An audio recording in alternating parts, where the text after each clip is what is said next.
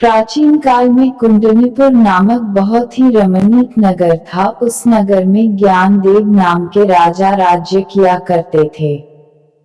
राजा ज्ञानदेव की 7 रानियां थीं। राजा ज्ञानदेव की कोई संतान नहीं थी, इस कारण राजा बहुत ही उदास रहते थे। एक दिन ज्ञानदेव के राज्य में एक ब्राह्मण का आगमन हुआ और ब्राह्मण ने राजा को एक दिव्य फल दिए और बोले कि इस फल को अपनी 7 रानियों में बांट देना।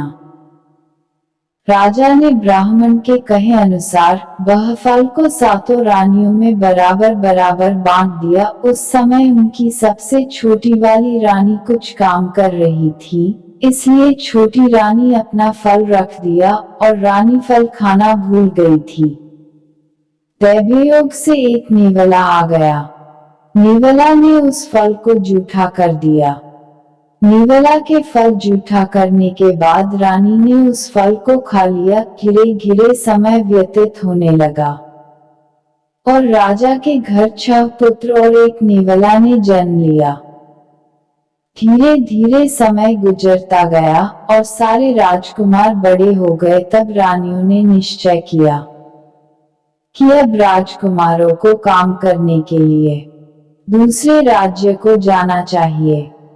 अपने भाइयों के साथ जाने के लिए नेवला भी जिद करने लगा, तो सारे भाई उसकी मजाक उड़ाने लगे। सारे भाई नेवला को छोड़कर चले गए, लेकिन नेवला उनके पीछे पीछे चल दिया। जाते जाते रास्ते में एक जामुन का पेड़ दिखा तो सबको नेवले की याद आई और अनावश्यक ही बोल पड़े और बोले, नेवला भैया होता तो जामुन खिलाता। नेवला अपने भाइयों सब बातें सुन रहा था और बोला, मैं यही हूँ। सब बोले, बड़ी जोर की भूख लगी है। नेवला ने पेड़ पर चढ़कर सबको जामुन खिलाए।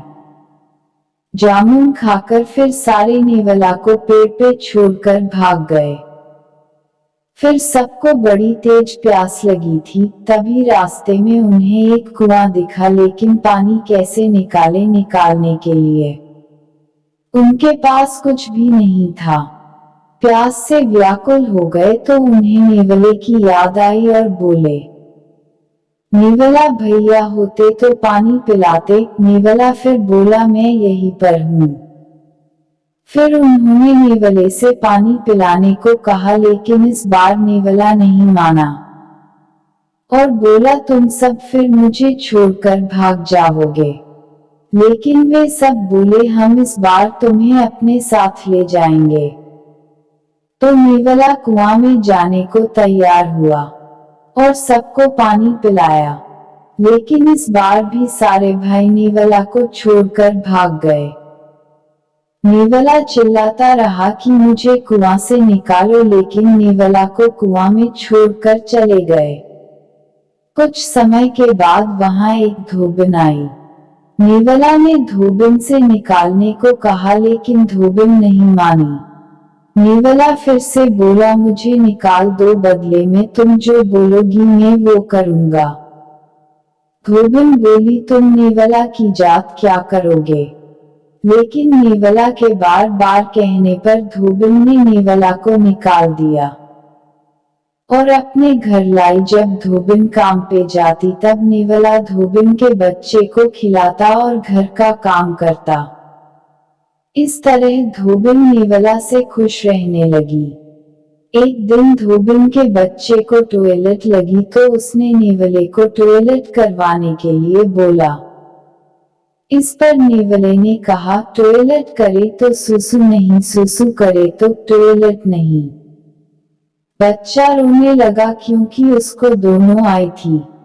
फिर नेवले ने पूछा, बताओ तुम्हारी माँ ने अपना सारा पैसा कहाँ रखा है? बच्चे ने बताया कि उसकी माँ ने सारा पैसा चूल्हे के नीचे गाड़ रखा है। नेवले ने सारा धन निकालकर एक काने गधे को खिला दिया। जब धोबिन आई तो नेवला कहने लगा कि मैं अपने घर को जाऊंगा, मुझे मेरी माँ की बहुत याद आ रही है। धोबिन बोली चले जाना और अपने साथ एक गधा भी ले जाना।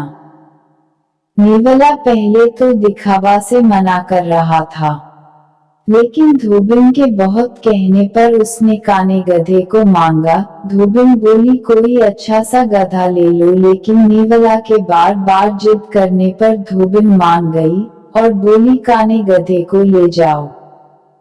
नेवला घर आकर अपनी माँ को गधा दिखाया और बोला मैं ढेर सारा पैसा कमा के लाया हूँ।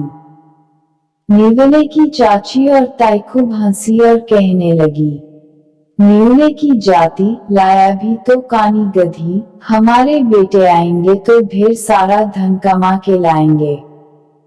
नेवले ने गधे को ढेर सारा घास भूसा खिलाया और जब गधे ने गोबर किया तो ढेर सारा पैसा निकला। सबके सब देखते रह गए कि पैसा देने वाला गधा है।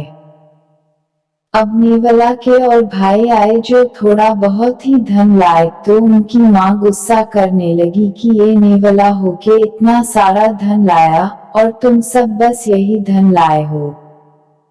रात भर सोच विचार करने के बाद सबने मिलकर यह फैसला किया कि नेवले से गधा खरीद लेते हैं।